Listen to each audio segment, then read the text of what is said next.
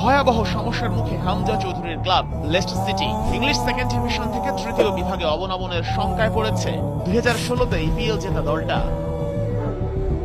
English চ্যাম্পিয়নশিপে point টেবিলের নিচের দিকে পড়ে আছে লেস্টার। 41 ম্যাচে পয়েন্ট মাত্র 41। 24 দলের মধ্যে ওরা পড়ে আছে 22 নম্বরে।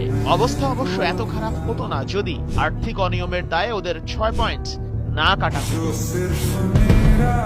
অভিযোগের বিপরীতে অবশ্য আপিল করেছিল হামজার ক্লাব লেস্টার, কিন্তু তাতে লাভ হয়নি। তদন্ত শেষে সেই শাস্তি বহাল আছে। শেষ দফায় প্রিমিয়ার লিগে ওঠার আগে 2023-24 মৌসুমে চ্যাম্পিয়নশিপে ছিল লেস্টার।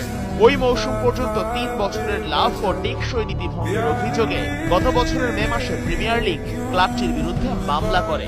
এরপর রায়ের সিদ্ধান্তে লেস্টারের 6 পয়েন্ট কাটা হয়, আর এতেই হামজারা টেবিলের 17 নম্বর থেকে নেমে যায় 20-এ।